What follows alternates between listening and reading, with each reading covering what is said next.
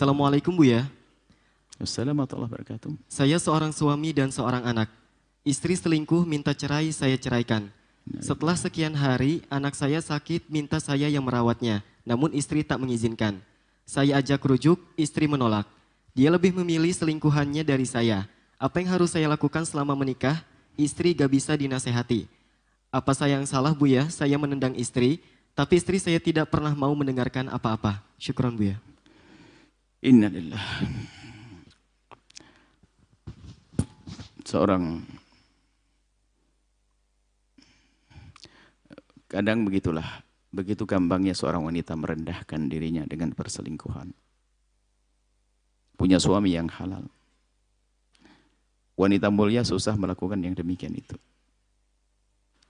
Zina itu nggak mudah dilakukan. Zina tidak mudah dilakukan. Pernah saya hadirkan satu kisah. Ini bagi para wanita. Hindun. Sering saya ulang-ulang kisah Hindun itu. Sebelum masuk Islam adalah pembenci Nabi. Yang membuat sayembara siapa yang bisa membunuh paman Nabi. Namanya Sayyidina Hamzah. Kalau dia budak akan dimerdekakan. Pokoknya dapat hadiah besar.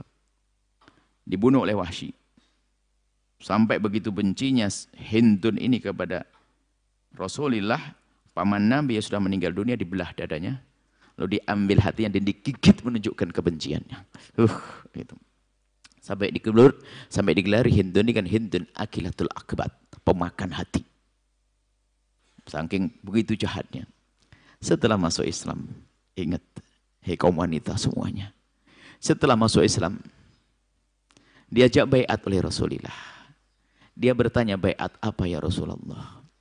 Baiat agar kau tidak menyekutukan Allah. Baik ya Rasulullah.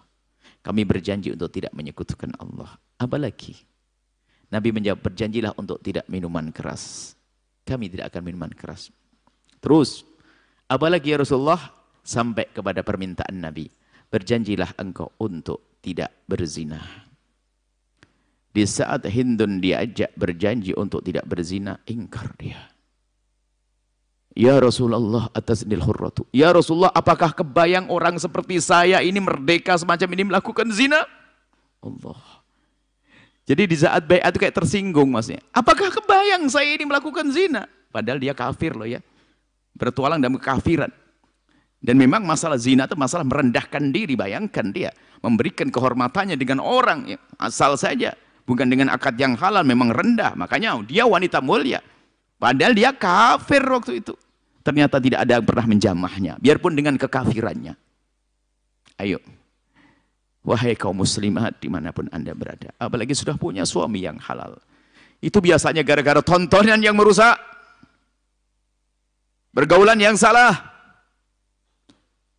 Sehingga punya yang halal ternyata dia masih mencicipi yang haram. Terhinakan dia. Tapi siapapun yang pernah punya permasalahan semacam ini. Allah Maha Pengampun, segera kembalilah kepada Allah. Jangan biarkan diri anda terus larut dalam kehinaan. Dalam kubang kehinaan. Kembali. Ini adalah pertanyaannya tadi seperti itu. Wanita rendah. Tapi Allah Maha kuasa untuk muliakan. Kembalilah hai hamba Allah. Takutlah. Apalagi punya suami dan sebagainya. Punya halal. Na'udzubillah. Lalu anda sebagai seorang suami. Jika anda menemukan istri dalam keadaan melakukan kehinaan zina dengan bukti-buktinya. Pilihannya dua. Anda tetap didik dia dengan cara yang benar, anda pertahankan, lalu anda sukses, pahala besar. Pun dia adalah istri anda. Jika anda tidak mampu untuk mendidiknya karena mungkin terlalu berlebihan pelanggarannya, maka cukup anda lepas tasrih bi ihsan. Tanpa harus anda memukul dia atau mencaci dia. Cukup kembalikan kepada orang tuanya. Dan gak usah disebar aibnya, gak usah anda sebut kalau dia selingkuh. Biarkan setelah itu dia menikah dengan orang yang pernah menzinainya. Daripada berzina begitu, biar dia mencari jalan yang halal. Anda laki-laki. Jangan gampang memukul. Laki-laki hebat itu tidak akan memukul istrinya, biarpun istrinya layak dipukul. Kalau anda suka tinju kering sana, jangan dengan istri, wanita. Baik, seperti itu. Jadi anda berkata, Anda baik kok. Apakah salah saya? Anda bisa punya andil kesalahan. Ya, termasuk kenapa istri begitu, Anda harus koreksi diri ya. Kalau Anda duduk dengan kami, Anda akan kami tanya bagaimana cara Anda berurusan dengan istri, komunikasi dengan istri dan seterusnya. Karena kalau kita ingin membenahi orang lain, kita harus berbenah juga dong. Nggak boleh begitu saja kita menyalahkan si istri. Salahnya dia memang salah sampai melakukan perselingkuhan yang kehinaan. Tapi kesalahannya bisa saja sebabnya karena kesalahan sang suami. Tapi yang hebat adalah orang itu adalah pandai-pandailah menyalahkan diri, jangan senang menyalahkan orang lain. Jika seorang istri punya suami melakukan kekerasan dan sebagainya, jangan langsung disalahkan suami lalu dikatakan suami keras kepala, tapi koreksi diri Anda. Karena mungkin sekali Anda adalah seorang wanita yang super lelet, sehingga suami Anda jadi nggak sabaran, nyuruh ini nggak beres, ini nggak beres, ini nggak beres. Mula-mula suami Anda lembut. Akhirnya perintahnya ke-10 keras, cepet loh ya, jangan nggak selesai loh ya. Itu karena leletnya Anda dalam pengabdian. Dan juga mungkin seorang suami memang tidak punya hati sehingga selalu kasar omongannya. Itu semua tidak baik. Maka sadari jika itu tidak baik. Jangan diambil watak-watak serta sifat-sifat seperti itu. Hidup indahlah dalam rumah tangga. Baik bagi Anda, jika memang suami istri Anda sudah berlebihan, maka lepaslah dia. Anda akan dapatkan istri yang baik. Tapi Anda di saat dengan istri yang baru pun harus dengan cara yang baru. Bukan seperti yang Anda perlakukan dengan istri yang pertama. Semua harus berubah dong. Adapun istri Anda yang mendengar suara ini, takutlah. Kalau Anda harus menikah dengan orang yang telah berselingkuh dengan Anda. Atau dengan yang lain, ingat. Jangan, Anda harus takut zina. Jangan mau dihinakan. Anda harus takut zina. Zina yang hina di dunia, hina di akhirat.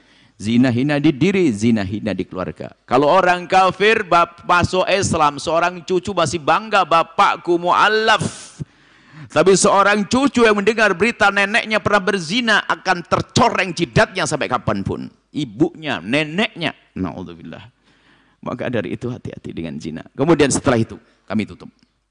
Jika Anda mendengar berita perzinaan, awas. Jangan Anda memindah berita tersebut. Jangan menggunjing pezina.